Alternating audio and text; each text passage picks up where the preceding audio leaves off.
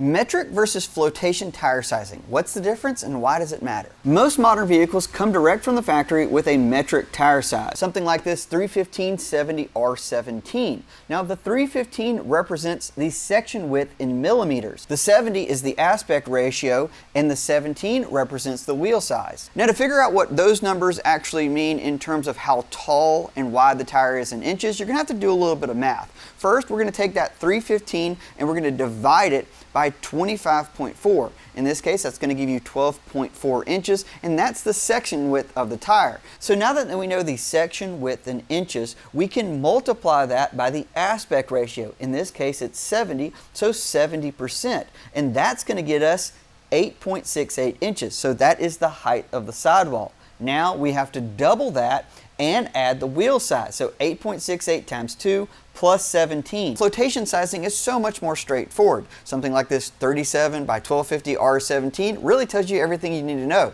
The tire's 37 inches tall, it's got an overall width of 12.5 inches, and it's designed for a 17-inch wheel. Now in front of me I have two 35s, a 35 by 1250 R17 in a ridge grappler next to a 315/70 R17 Terra Grappler G3. They're basically the same size, same width, so why don't OEs just put a flotation size under the vehicle?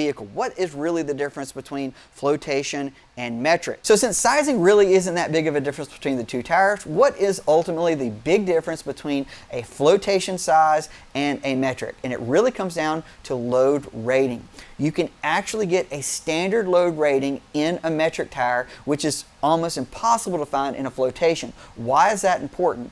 A standard load rating compared to an LT or a light truck rating means the tire is going to be lighter. It's not designed to carry as much weight, so the sidewall is going to be a bit softer and the tread depth isn't going to be as deep. That all equates to a tire that's ultimately going to ride better and have more performance and efficiency overall.